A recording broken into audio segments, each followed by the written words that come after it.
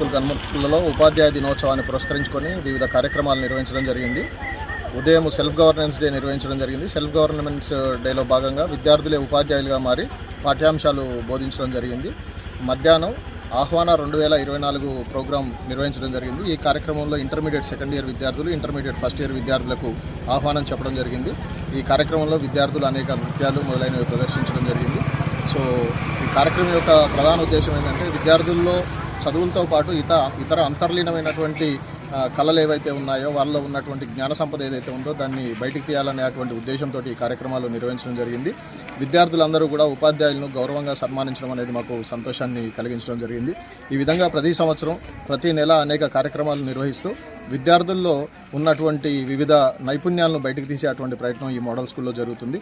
So ఈ కార్యక్రమంలో ఉపాధ్యాయులు మొదలు వీరందరూ కూడా పాల్గొన్నారు. వారందరికీ కూడా కృతజ్ఞతలు తెలియజేస్తున్నారు.